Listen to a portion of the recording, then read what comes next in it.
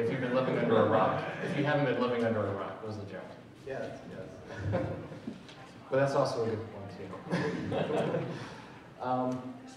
Level 3s and 4s, they don't actually have to perform a rock, they just do a self-assessment, check it off. The difference between the different levels is level 1s and 2s are based off of your transaction volume. So those are the ones that are like Walmart's, etc. They actually process the most amount of transactions. So it's not actually the amount of money, it's actually the amount of credit cards they actually process through your systems.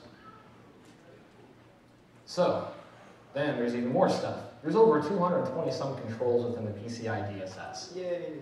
So that's a lot of work. So actually PCI kind of recognized this, especially for people that are level, whoa, they're a little high. All right. Especially for ones that are like a level 3 or 4, they may not have to do that. Maybe they don't really do a lot of the same things that like a level 1 would. They may not have an e-commerce site, they may not have all the internal processes that they would have from a mom and pop shop. So they actually did this different thing called like the SAQ A, B, C, CBT, and D. So what it is, depending on how you're actually processing your credit card information, whether you're processing it through maybe just like a card swipe machine, or if you're actually processing it through an e-commerce site, or internally at like a retail environment, where you have a bunch of stores, so you all have to process and batch stuff. Those are all the different types of SAQs. And so the same thing for a rock too. If there's controls that don't apply, you can significantly reduce your scope based off of what you have to do. So instead of having to do all 220 some controls, you may only have to do 20 or 40, depending on which one you are. So A is the least amount of controls you have to do from an SAQ perspective. D is the most you have to do. So getting a little bit more focused in, so that's the higher level. This is sort of more focused on what we're talking about. And this is about e-commerce sites. So this is essentially the control from PCI standard itself. So you can do one of two things. You can either do a code review, or you can actually perform or actually just install a web application firewall.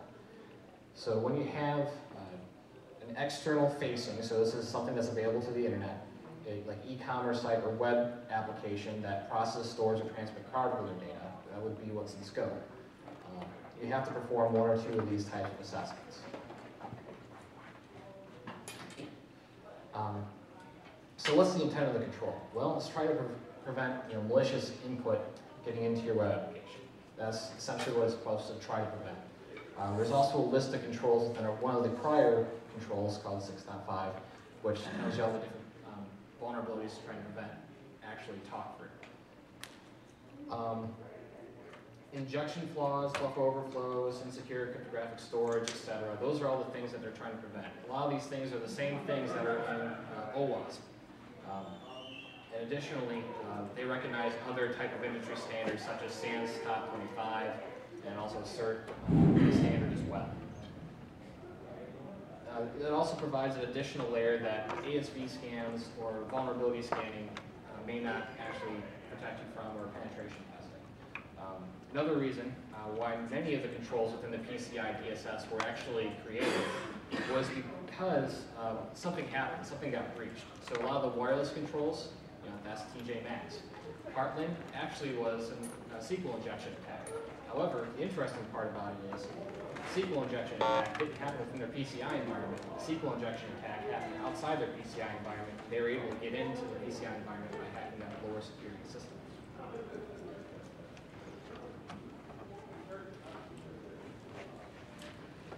So how can a company comply with requirement 6.6? So there's different, there's two general things you can do. You can perform some sort of code review, and this is what they define as code reviews, and then you can also do a WAF. So what they consider code reviews is one of the following. Either a manual review of the source code, you can also do some sort of more scan-based static code analysis tool for like an actual code review, or you can also do web application vulnerability assessments. So you can either do a more manual one where you're actually inputting information in, or you can use some sort of scanning tool like app scanning, etc. So here's a big long list of a bunch of different requirements that a WAF has to have in place. So all this guidance came from an information supplement from the PCI Council themselves. It was originally based off of PCI 1.2.1. We're currently on 2.0. So it has to make sure it meets all the PCI DSS requirements, reacts appropriately to vulnerabilities, so it's either going to alert you, block something, or allow something to go through. It has to make sure it meets the OWASP top 10 and/or requirements identified within 6.5, etc. So there's all sorts of kind of things it has to do. It has to support SSL encryption correctly, inspect web service managed messages, etc. That sounds a lot like EPAC inspection. Kind of, Okay. but I mean, a little more specialized. right. It's basically about the input and output of a lot of the web application services and protocols. So HTML, XML, etc. So making sure that whenever something goes in, it's not meant to try to put some sort of junk garbage in and try to attack the system or try to do some sort of SQL query. So here's some additional recommendations or capabilities that may be considered within different environments. So here's the funny thing about PCI. They always give you very broad type of advice or guidance. The reason why they do that is because many organizations have many different types of environments. So one person may have e-commerce, one person may not have an external e-commerce system. One person may have to abide by other federal laws. Maybe they don't have to. Maybe they're a publicly traded company. They don't have to abide by anything other than like SOX or something along those lines. So they recommend prevention detection session of token tampering. So basically cookies or other sessions, making sure people can't impersonate sessions, etc. They may also require that you have some sort of FIPS hardware key storage support. So maybe you're using some sort of HSM device to actually do encryption for your cardholder data. So those are some of the things that they recommend that you at least visit or look at when you're implementing your WAF. I think that the one actually just before, the fail open or fail safe considerations, like it doesn't say, it has to block traffic from going through if it fails. It's like, oh, you should consider whether or not you want to allow your web application to firewall that's supposed to be protecting your e-commerce site to allow any traffic through if something goes wrong with the web application firewall. So I just thought that was kind of funny when I saw that. The other thing is too, in some cases it may be bad if your website goes down permanently because maybe that's your only source of income. So if your site goes down, if you lose 10 minutes depending on your organization, that might be a lot of money. All right, so now I get to talk a little bit about what I don't like about the standard. First of all, this is how PCI DSS 6.6 fails. So many scanners and web application firewalls, with the default configurations and stuff, they don't even detect these sorts of vulnerabilities that are in the OWASP top 10. I looked at a couple of different commercial products, scanners and web application firewalls, and I've just seen that it's not doing its job. It's not really doing what it's intended to do. The other thing.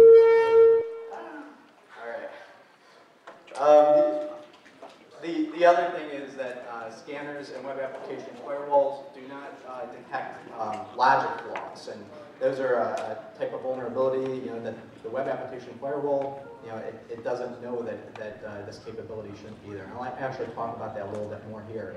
And then also, it produces a false sense of security. So you've got these developers out there that are like, yeah, that's fine. Let's just drop raw input into the SQL database here. Yeah, that works just fine. Don't worry. The web application firewall will protect us.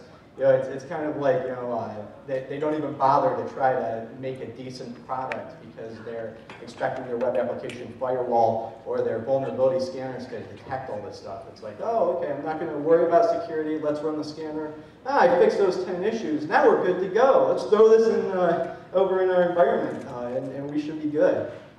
So I just think that there's some major problems with that. So what I did was I downloaded 3 commercial grade web application firewalls, and I took them and I was like, so what will it take to get cross-site scripting to execute in the default configurations of these? So that should be noted up front. That's my disclaimer. I use the default configurations of these web application firewalls, and it literally there was like in most of the cases there was a little button that's like default level of security. And I was like, yeah, I'll do that. And then it's like, you are now protected from cross-site scripting, SQL injection, directory traversal. And then it was this long list. It's like, oh, wow, I feel pretty good about myself now. I don't have to do anything else. I can just attack this thing, and the web application firewall will save the day. Yes?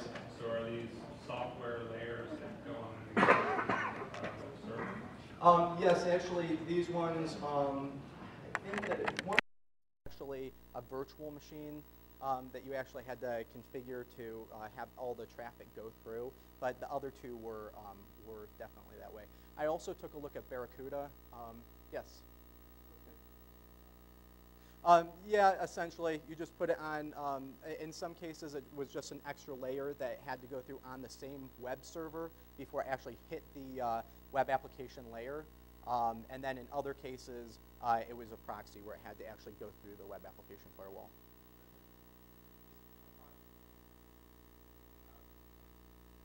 I'm sorry, what? Oh, no. These were actually, like if an organization was trying to defend themselves or set up a web application firewall, in some cases what they could do is have it so that every time I go to connect to their web application, it's actually connecting to the IP address of the web application firewall, and then the web application firewall forwards the traffic through. And then in other instances, it was on the same server, and it was just acted as an extra layer that the traffic had to go through in order to hit the web application. Yeah, exactly. Yep. And then also I looked at Barracuda a little bit too, and I'll talk, just mention that from in one of my slides here. So now, first of all, in the default configurations, a lot of the times what I've been noticing lately is a lot of web application developers, they've been taking parameters, user-supplied parameters, and they've been dropping it into already existing JavaScript on the underlying page of the HTML or of the web application, which is interesting because all you have to do is break out of the existing JavaScript, and then you can continue to write your own JavaScript statement and make it do whatever you want to. So I thought that that was actually interesting. And none of the web application firewalls protected against that form of cross-site scripting. So if you are dropping directly into the existing JavaScript on the underlying page, in every case, I could just hijack the existing JavaScript. And then also, some of the tags that you can use for HTML, you can actually create attributes that hold JavaScript. So a lot of times is what will happen is they'll take user-supplied data and they'll drop it into a tag, and they'll be like, the name of the tag is, attack or whatever, whatever this person put in the username field or whatever. And then what they'll do is you can just put like a double quote around it, and then you can break out of the tag and then add an attribute that executes your own JavaScript there as well. So those are, I tried both of those, and the web application firewalls and default configs, it doesn't protect you against those types of things. So we're talking about the most basic form of cross-site scripting then, right? I mean, we're talking about where there's nothing else around it. You're actually inserting a tag with malicious content in it in order to get these examples to execute, which I'm going to show you. All right. So the first one I'm going to talk about was Profense. Out-of-the-box configuration again. It said that it had learning mode enabled, which I thought was interesting, but I kept it on. I left the learning mode alone, and but I didn't try to do a whole lot. I just waited a couple minutes before it started attacking away. So maybe the learning mode would actually make this Profense a little bit better. I'm sure if it had enough time, maybe it would. But what I thought was funny was this article on SANS where it said that that a full-featured standalone web application firewall that provides full compliance with the PCI DSS requirements. And then what also I thought was kind of funny is it said that Profense is a software appliance, the very top of the sentence, which installs in minutes on any standalone server, converting it into a full-featured. So they're talking about that, like within minutes, you can reach this level of PCI compliance switch. So it doesn't sound like they had learning mode enabled either. All right, so what did it take for me to get this to work? So, I mean, what's good is this was blocked, right? I mean, so our most basic form, I would hope that this would be blocked, or I would probably cry. So what worked? That worked. So can you spot the change?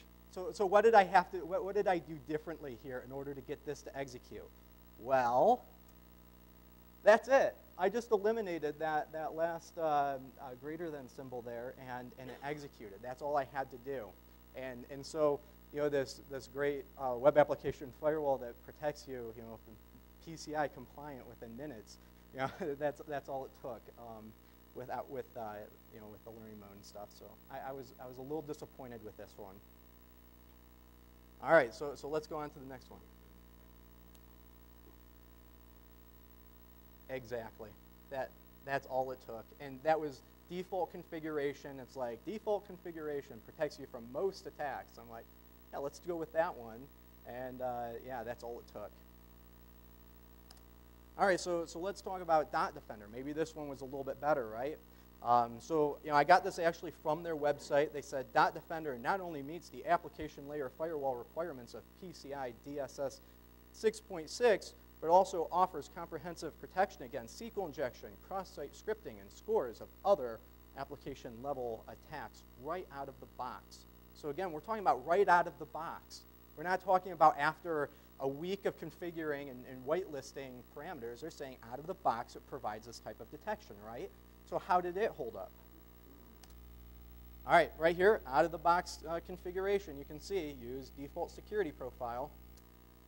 All right, so this one took a little bit more at least. I was a little bit glad about this. You know, give me a little bit more hope for the industry. So you can see that immediately it blocked anything with bracket script. It blocked anything immediately with bracket iframe, but it didn't block bracket div, which I was like, oh, okay, that's a starting point. That's how a lot of times when I'm attacking a web application, the idea is to look for the points to work your way up to a full attack. The idea is to find where it's weak. First of all, I had to identify a tag that it didn't block, and I found that it didn't block this div tag. So I knew that on IE, I could actually create a style attribute and give it this expression here, and that should execute in IE. So I gave that a shot, and that got blocked. So I was like, all right, so what else do I need to do in order to get this through? So I found it right here. That was not blocked. Now, we're going to take a look. Can you spot the difference? Yes. It was blocking on the word alert. Because we know that attackers always put alert in all of their payloads when using cross-site scripting attacks. I mean, duh.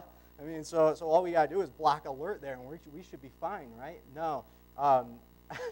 So if you're wondering, alert just brings up a pop-up box. So, like, the attacker, what are they going to do? Hey, I'm attacking your system. Hit OK for the attack to go through. I mean, what are they thinking here? So, of course, an attacker's not going to use confirm either, but it just goes to show you that, you know, blacklisting. This is what happens when you try to blacklist keywords, which is pretty sad. So the last one here is Server Defender, and again, out of the box configuration, blocks top threats like SQL injection, cross-site scripting, and many more. And it says that's PCI compliant from birth. So I'm wondering, wow, this is a PCI compliant from birth web application firewall. Only I can make that claim. Yeah, he's the only person I know PCI compliant from birth. So I'm like, wow, this is going to be awesome. There's going to be all types of blocking and big alert messages and all types of stuff. So I'm like, let's go. Let's duke this one out. So as you can see, there's that default configuration there. SQL injection, cross-site scripting, directory browsing. I mean, it's not, so default configurations, level 3, you know, not too bad. I just left it alone. But it's supposed to block from the SQL injection and all this other fun stuff. So what happened when I attacked this PCI compliant from birth web application firewall? So that was blocked. I was disappointed. I was like, all right, round 1 goes to the web application firewall. It blocked that. But it didn't block that. Again, can you spot the difference there? Again, I just eliminate the last bracket there, and it executed. And I was like, wow, for being PCI compliant from birth, I mean, that's pretty sad. All right, so web application firewalls, default configurations. We'll talk a little bit about how maybe we should lock these down a little bit more and not rely on default configurations. But how about web application scanners? Okay, so I took a look at web application scanners. They're normally pretty good at catching things like cross-site scripting. I say that tentatively. There are some web application scanners that are terrible at detecting cross-site scripting attacks, but there are some that do a decent job. But what I thought was, I was like, well, what happens if you have a web application that's designed something like this, okay? This example here. And this is a real, I've encountered situations like this before in the past, in real-world examples. Okay, so what you'll see here is it says that, if you are, please enter your name. All right, Bob. All right, please enter your employee ID, 001. Please enter your role, manager, okay? And as you can see here, it says, if you are a new employee, enter new user in this field. Well, if I'm an attacker, you know what I'm going to put in that field? New user. That's going to be one of my tests. I'll also try with Bob and some other stuff in that username field, but eventually I'm going to get to trying what happens when I type that new user in there, right? So with these parameters here, it just says welcome back. All right, very basic, nothing too big, right? So in web application scanners, they can't read, right? I mean, unless they can read that page, they're not going to try to type in new user. And I tried this because I tried throwing some web applications, scanners against it, and I found that they couldn't read. In fact, they were throwing all types of garbage in that field, trying to get something to execute. But Should really get a literacy program for those guys. Yeah. Maybe they should teach them to read. That might help. And then what happened is, so what happens if you type new user in there? Well, it responds. Do not forget your employee ID. As a reminder, you entered an employee ID of 001. All right, well, as you can see now, the only time that employee ID field is going to be reflected back to the user is if the word new user is actually put into the following field. So what did I do? Well, I took the value of 001 and I changed it to that. Parentheses, inward bracket there, semicolon, alert. I just hijacked the already existing JavaScript that was on the underlying page, and sure enough, it executes. So the example, or the point of this is web application scanners. They're not always going to detect these types of vulnerabilities, and neither are in web application firewalls. They're not going to either. So what about SQL injection? All right, so this one here, this is actually a real-life demo I'm going to show you. I tried this on all the web application firewalls and their default configurations.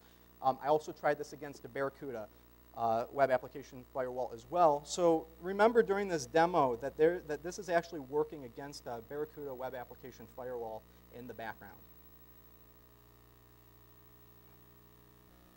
So this is webpam. It's Promise technology.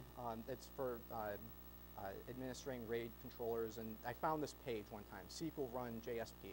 And I was like, wow, that looks like it could be pretty good. So I actually created this attack here. So first what I did was I created a malicious jar file that downloads a file that I give it to download from a web server, and I create my own web server, and I put that file in the web server. Then what I did was I started the Apache server, and then I created a interpreter payload that connects back to my evil machine, and I put that on the web server too. So my jar file says download the payload from my evil web server and run it on your server, the webpam server. So that's essentially all those files are for. Then what I did was I started a multi-handler on my attack machine here and told it to listen for connect backs on port 443. So that's all I'm doing here. Set L port 443.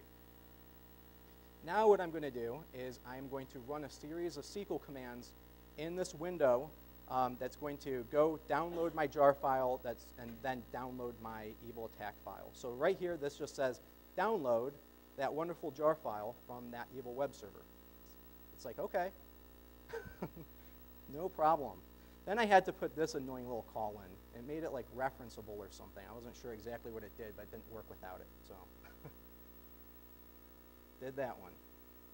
Then what I did was I created a stored procedure that referenced the function in my malicious jar file that I had that just uploaded to the web server. So this is the create procedure. Remember, there's a Barracuda web application firewall behind this web application. Bang, okay. Then what I do is I call my wonderful stored procedure.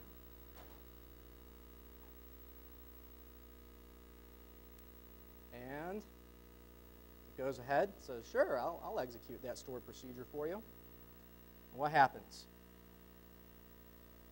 I get a shell back.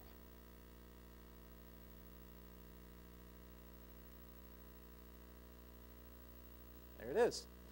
All right, so that was very, very concerning to me. And in fact, I found that the web application firewall was blocking on like 1 or 2 keywords, and I just recreated my SQL statements to eliminate those keywords, and it worked just fine. So, but as you can see, if the web application firewall is not protecting against those types of attacks, I mean, there were ticks and all types of garbage in that. I mean, I was surprised that it didn't catch any of that. So what about web application scanners? How well do they detect SQL injection? Well, most of them will actually do, a nice portion of them will actually do a pretty good job at detecting SQL injection. But this is a form of SQL injection that I have found that web application scanners, they have a very hard time detecting this type of SQL injection here. It's actually a form of SQL injection that depends on string concatenation. So what I found is in some cases, no matter what you put on the back end of a word, so suppose you have like a search field and you type in the word test and you search, you're going to get like 100 results back, right? So what happens if you put anything behind the word test, you get no response back. So if you say test, tick, colon, and then you try to comment the line out, you're still not going to get any results back for the word test. Well, in this case, what I did was I used a form of string concatenation, and I said, I actually said to go ahead and select the first character in the global name stored procedure in Oracle. So what happened was, then what I did was I iterated through the S right here, or actually, you know what?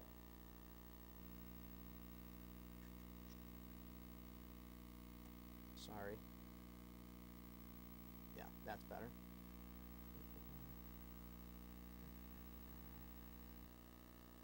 Okay, so then what I did was I said that when the first character of global name equals S, then return S, which is going to finish the word test. And in those cases, I should receive 100 results back from the search function, right? But I said that if it is not true, if the first character is not an S, return X. And then the word ends up being T-E-X-T, which is text. And then you'll get a different result for the word text as you would for test. So the idea is to use some sort of burp intruder or something, and then you just iterate through that S, and you can say like, A through Z, and then you look for a true statement, which is when you get the results back for tests. So I found that some web application scanners, they have a really difficult time with this form of SQL injection, but yet string concatenation and SQL injection, you can write similar queries for MS SQL and for DB2. In fact, I found this originally because of a vulnerability in DB2, and then I've used it throughout the years. So, but web application firewalls have a hard time with this type of signature. Okay, so let's talk about logic flaws. So with this logic flaw here, what happens? Well, it says, hello, you do not have administrator rights. And if you take a look in the URL, you'll see that role equals user, right? So if I'm a user, I log into the web application, and the role that I'm logging in with is user, then it just says, hey, you don't have administrator rights. But if I'm a manager and I log into the web application, it's going to show up in the URL. It's going to say manager, and I'll have additional functionality. So what happens if you're an attacker? All you got to do is change the role user to the role manager. And that's a logic flaw. And then you'll have additional functionality. Now, you guys might think that this is a very, very basic example, But in real life, I've actually encountered these types of logic flaws before. Not necessarily this simple, but the key point is this, is the web application firewall, this is going to look like valid traffic to the web application firewall either way, because it's going to see manager in that role parameter, it's going to see user in that role parameter from time to time. And so it's going to say, oh, this is just normal traffic. But you can see here that's a logic flaw. And web application scanners, they don't understand that. They don't understand that, oh, I changed it to manager. Oh, I see I have this additional functionality. So that's a vulnerability that web application firewalls and scanners are not going to find. So let's go ahead, and now we're going to talk about the objections a little bit. Let me make sure we have some time. Is it it's 11:34? We're good. We're good? Okay. Cool. All right. So scans, according to the PCI DSS 6.6, it doesn't say that web application scans have to be authenticated. So that's a big problem, right? I mean, so what happens? Well, a lot of times you have these e-commerce sites, right? And it says register in order to create a user account. Now all I got to do is go, oh, okay, I'm going to register a user here, and then I'm going to log into the application, and then I'm going to try to attack the web application from the inside, right? I mean, that's how an attacker is going to think. Well, the problem is because PCI does not require or does not say it has to be an authenticated scan, the web application scanner is going to scan the login field, and it's going to scan the username registration field, but it's not going to actually use credentials to log into the web application to try to find the vulnerabilities. So the outside could be all crispy and hard and difficult to bypass, but then you put in the initial parameters, and then you're in the web application, and it's crawling with SQL injection and cross-site scripting and all types of other vulnerabilities. So that's one of my objections to PCI DSS 6.6. Go ahead, Dave. All right. So this is my thinking of what PCI has sort of provided and things that we need to sort of consider when using PCI compliance and how it sort of deals with some of the issues that he's talking about. So for this particular thing, currently there is no standard for code review outside of the 4 different areas that were identified, such as a manual code review, some sort of statistical analysis, static analysis of code, using some sort of scanner, or using a manual code. Essentially, you have to know what tool you're actually using and have a little bit of smarts around using that tool. So if you know that your application has some sort of authentication to it, you have to be able to see or be able to configure your tool to use authentication with it, or else you're not going to be able to find the results that you're looking for. Once again, compliance does not always equal security. You can be very much compliant within your PCI environment, but not actually secure within your environment. And also sometimes PCI has been referred to as the minimum security standard, which I pretty much agree with. An additional thing that's an issue is the scope of what you're looking at, and also the amount of resources you have within your organization, and how your e-commerce system actually works, or your web application actually works. If you're a mom-and-pop shop, and you're not really processing credit card information, you don't have too many processes of credit card information or transactions going through that system, you may not have the ability to actually buy commercial standard tools. You may have to use something free to actually do your assessments. But once again, you really should be using a layered approach, because even within the guidance they say, we recommend using a layered approach when having a WAF in place, maybe doing some sort of code review, or maybe instead of just doing one of those things that are identified within the code review, maybe doing 4 of them, or 3 of them, or 2 of them. Basically, so you catch other things.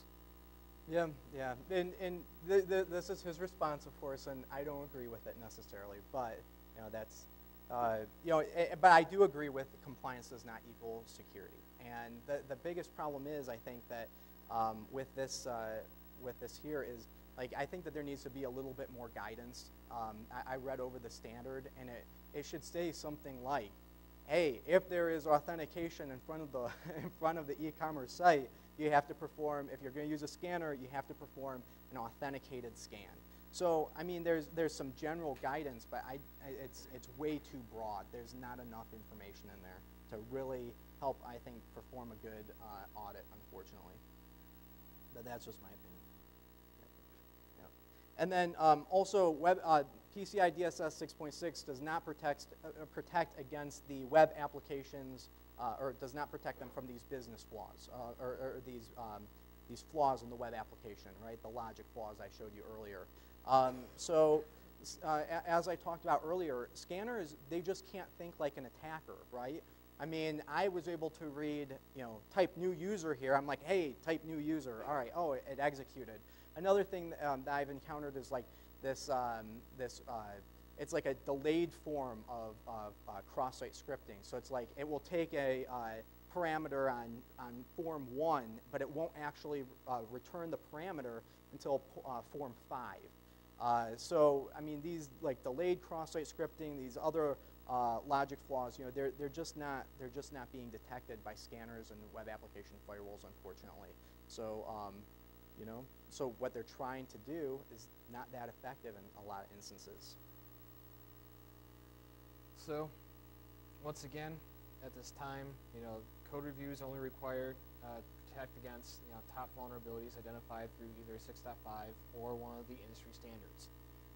Does not necessarily, maybe within like OWASP, outside of that top 10, there may be other additional things such as business law flaws, etc.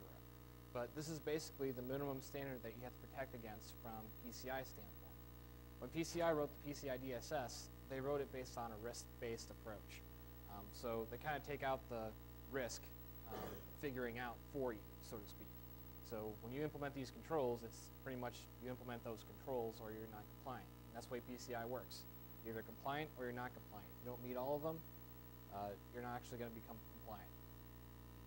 So some of the other things is that the intent of it was to try to find additional things within your web application. That's why you're doing these types of assessments. So you should also try to perform other layered approaches within within your application. So they tried also doing penetration testing and making sure that application testing was also included within your penetration testing. So running, just Nessus and then using those results and exploiting those results, in my opinion, doesn't really equate a penetration test. You should also be looking at the application layer as well.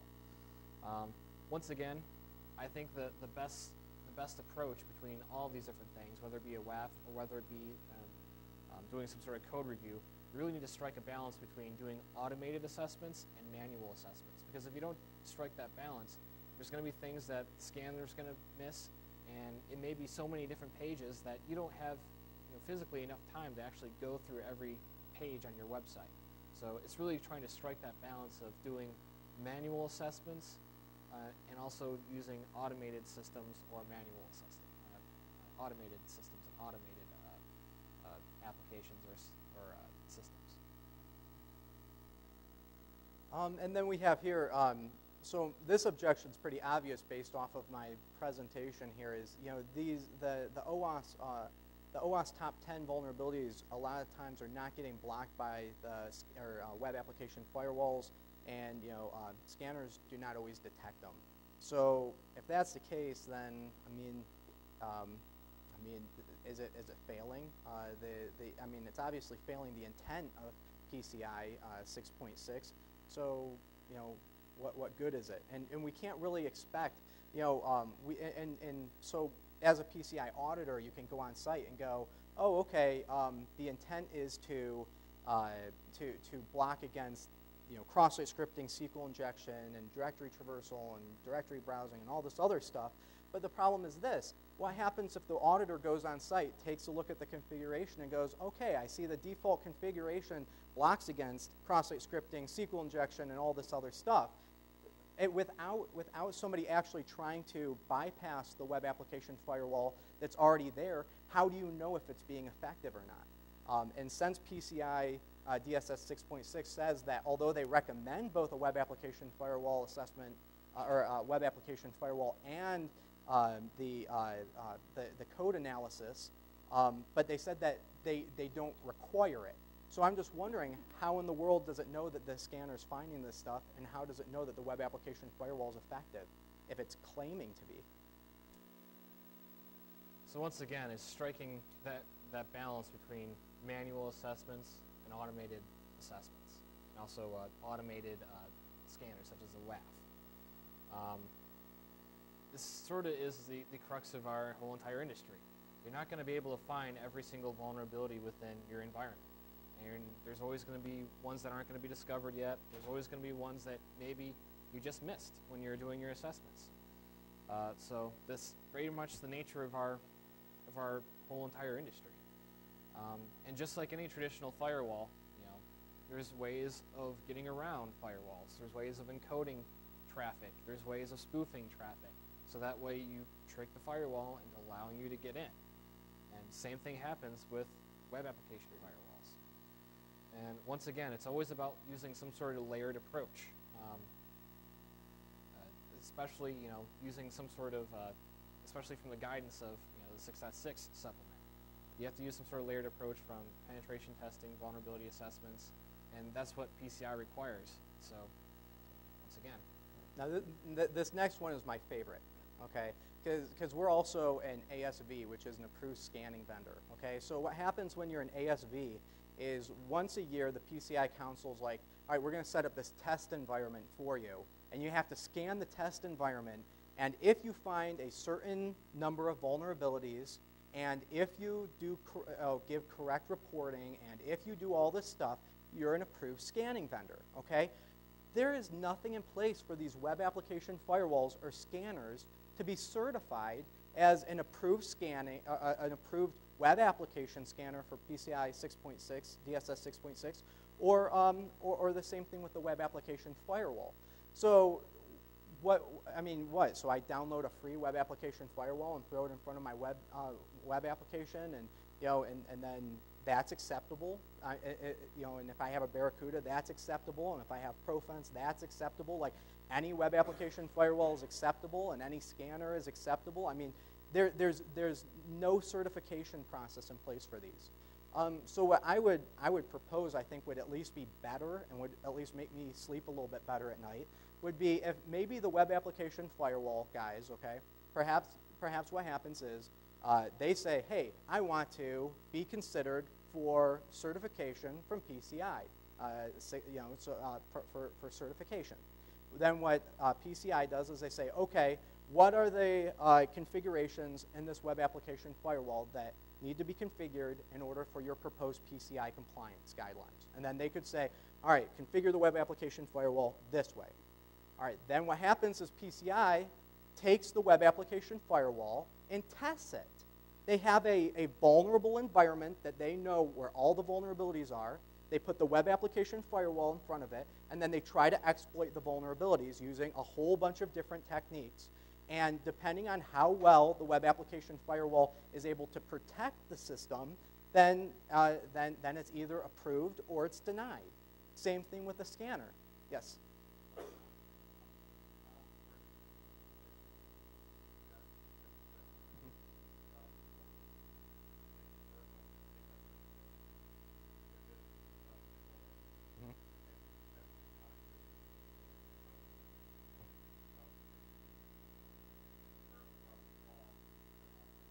Yes. Oh, well then what it would have to be is it would say for 2011 in PERVA, just like now for the ASV scanning. Secure State right now for 2012 is an approved scanning vendor. You have a list of the approved scanning vendors, just like you should have a list of web application firewalls, just like you should have a list of web application scanners. And then what happens is those have to go through some sort of certification process. And suppose in 2011, in PERVA, they fail, okay, or they're scanned. Well, then it's no longer acceptable. It's no longer approved. And so you'd have to change your product at that point.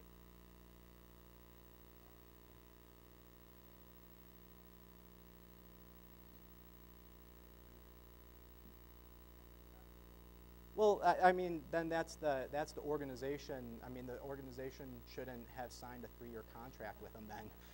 What I'm looking at is I'm saying I'm worried about my information being protected, and it's not fair that my information is in danger because these organizations don't have to have some sort of standard that they have to comply to. perhaps what you do is you say, okay, Imperva, you failed. You've got 3 months to get your act together, because Imperva's not going to want to lose all that business. They have 3 months maybe to get their act together, and I can see the PCI Council working with them a little bit. And if Imperva's not willing to clean up their act a little bit, then it's probably not good for organizations to be using the firewall, and they should probably drop out of the industry at that point, which is probably what would take place. But that happens all the time, right? I mean, we have software that eventually becomes obsolete, and Imperva at that point would just become obsolete.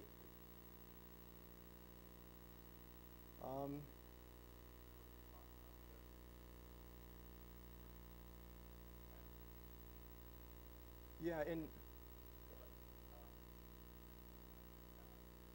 exactly. And the thing is I mean, if there maybe there's also a grace time frame for the person who has Imperva, that's using Imperva, that they have a grace period to change their product or something like that. But I just don't think that we should be using any single web application firewall or scanner and saying, hey, you get your checkbox just because you scanned or have a web application firewall in place. I just disagree with that. But also to Gary's point and your point as well, I've actually have done some assessments where an ASV scanning vendor, not us, they were in transition, and basically you have to do your ASV scans every quarter.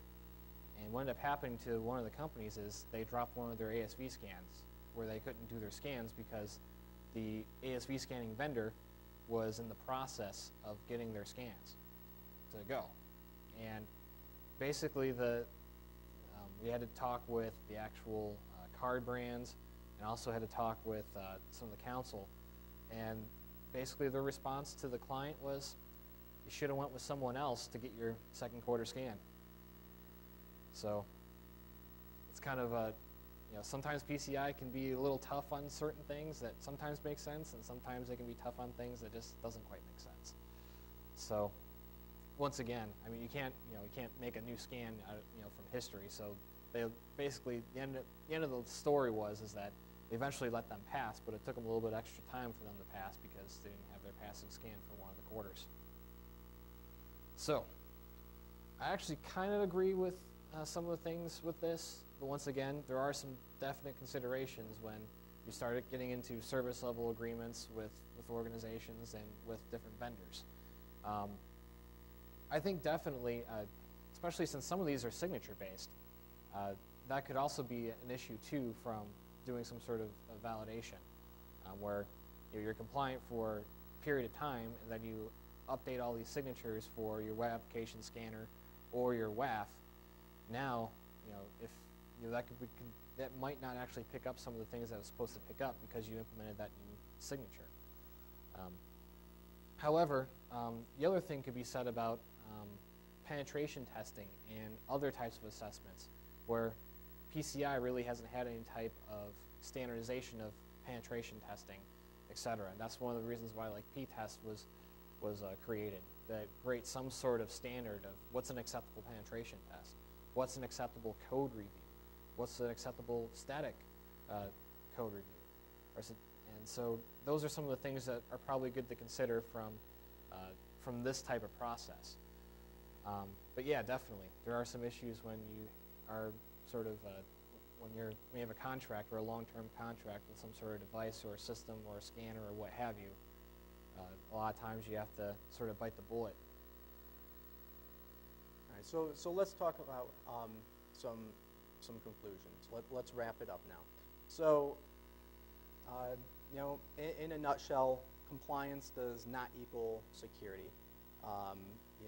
We think that the council should require stricter web application scanning and web application firewall requirements. So there should be, I think, a little bit more clarification, and from my point of view, there should definitely be some sort of approval process or a certification process in place for these controls. So another thing that I identified too is better development life cycles, baking security into your software development life cycle. Actually, Kevin Johnson gave a presentation at one of the OWASP meetings, the Cleveland OWASP chapter meetings, And that's essentially it, where you bake security into your processes, where you're doing vulnerability assessments and code reviews before it gets implemented into production, which actually you're supposed to be doing anyways per PCI. So doing those, getting those quick and dirty vulnerabilities identified that scanners can pick up, that other things can pick up, and then probably a little bit later on down your development cycle, have someone actually beat the snot out of it from a manual standpoint. So that way you're sort of striking that balance of manual versus automated, catching the low-hanging fruit, and then sort of working your way up to catch some of the stuff that's not so low-hanging. And then that way, when you have an attacker try to go against your web application, it's a little bit more secure than it was before.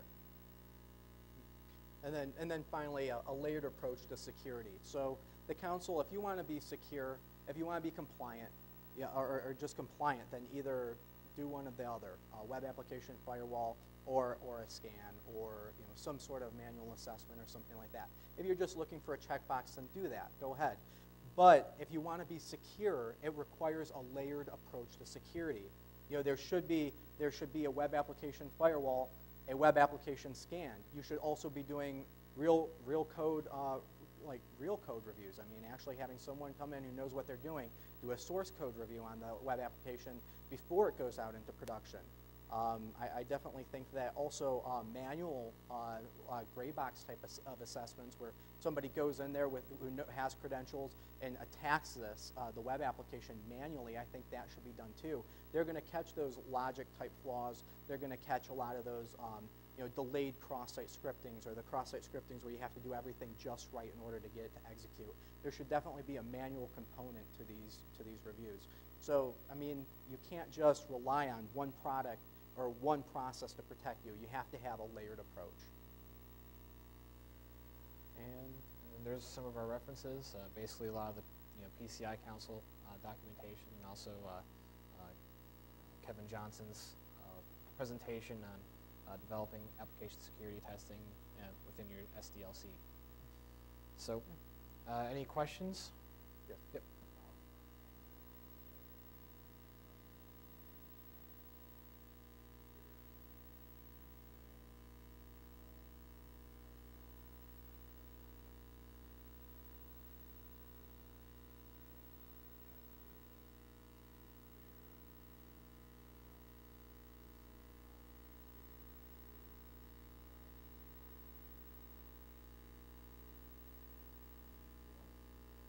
Right. Right. So I guess the biggest thing from that standpoint, we did break into these things using the default configurations from a WAF standpoint, and then also, you're basically saying that it does take some configuration to do it, and that's right. If you configure it right, you know the environment, you will be able to probably protect yourself from a lot of vulnerabilities. But then in all fairness then too, if you're really trying to protect your environment and you're the PCI Council and you're trying to, because remember, this is not every web application that has to have this in front of it. It's every web application that stores, processes, or transmit cardholder data. And I definitely, and if it's not segmented from the rest of the network, then all of those definitely fall in the scope, I believe. Yep. But definitely, I mean, you're talking about a very sensitive web application here. And I mean, there needs to be a little bit stricter guidance, I think. So Right. if you're PCI and you say, hey, don't use a default configuration, you need to be whitelisting, and this is why. And also marketing too is another issue as well. And then in the back?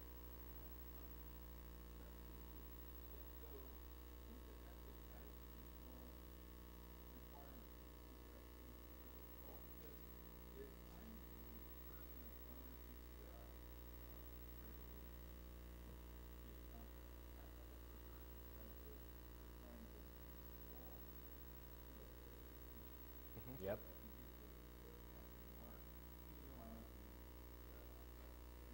Yep. Now, what I would say is, that's why I think that certification process is so important. So don't leave it up to the QSA to go in there and go, oh, look, you're protected from everything because you have the default configuration in place, because then it's an incentive for the QSA to lie. essentially, or I don't want to go there, but, but to get a crummy QSA then so that they pass it. But if you had that certification process, then you have somebody, a third party, evaluate the web application firewall or the scanner and see how well it actually is performing the job that it's supposed to. And then the QSA has no choice. It's like, okay, do you have an approved web application firewall with an approved configuration, yes or no? And then the same thing with the scanner, because if not, you could just use Also, another thing is, too, from like payment applications that are PCI DSS compliant, an actual, someone that's not only a QSA, they're also a PA QSA, they actually have to perform that assessment on those type of applications. And so when they actually perform that assessment, they then have to also submit that application to the council for them to review it as well. So there's incentive for the PA QSA to find the vulnerabilities, and also incentive for the company or the third party to actually, get that stuff up to snuff. So it's sort of outside the QSA's realm of validating those type of third party things.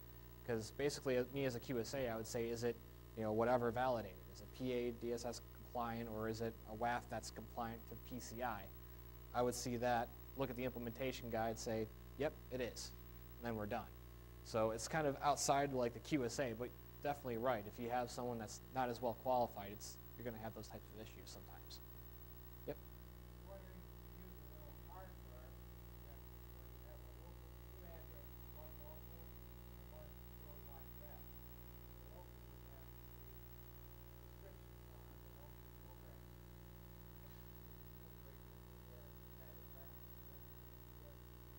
Well, that's sort of talking different layers of the OSI model. So these web application firewalls are working on the higher level, so like around the 7th layer, where if you segment things like that, which is actually part of PCI, you're supposed to segment your systems away from each other from the network layer, so the network layer down.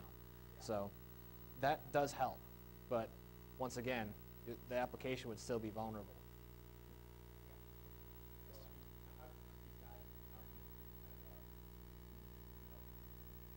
Yep.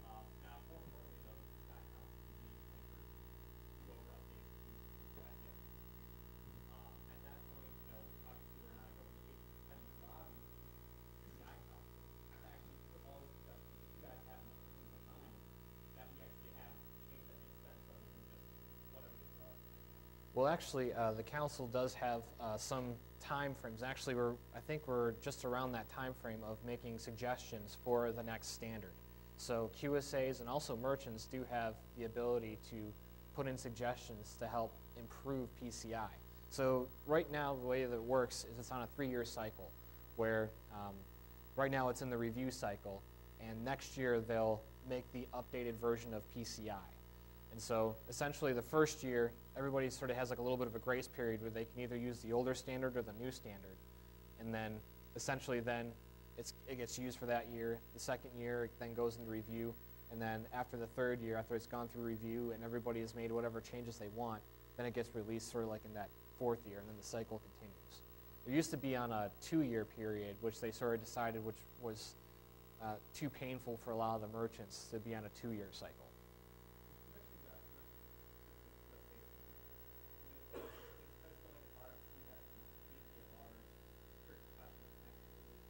I imagine, I don't know if there is, but I imagine if you go on the website, they have contact information, so you can always write to them. As far as whether or not they actually get it, I don't know. All right. Well, yep. Go ahead.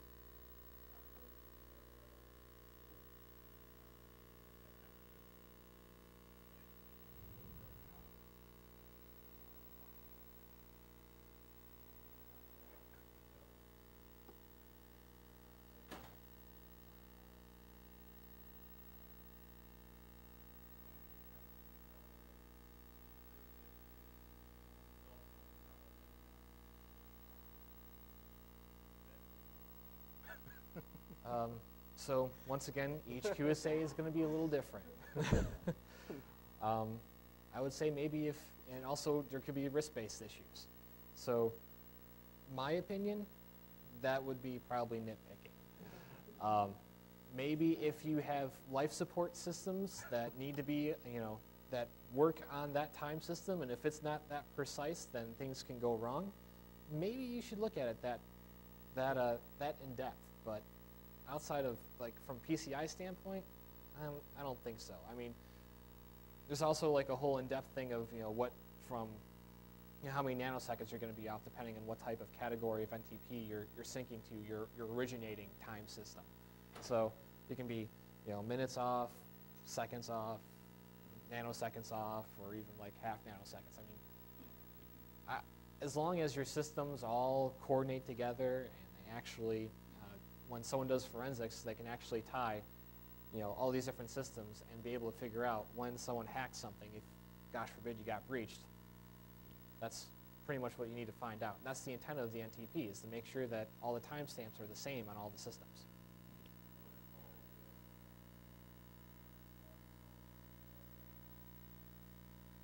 Oh, okay. Makes sense.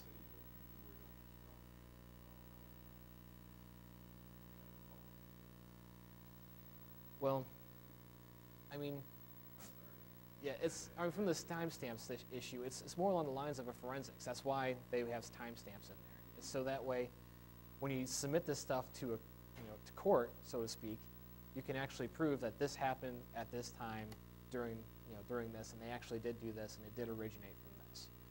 And so that's what they're trying to prove with timestamps. All right, and I think we're just about out of time, so I just want to thank everybody for coming out here today and listening to our talk. And if you have any questions, or you could always come up to one of us or ask us or something like that afterwards. Yep. All right, well, thank you.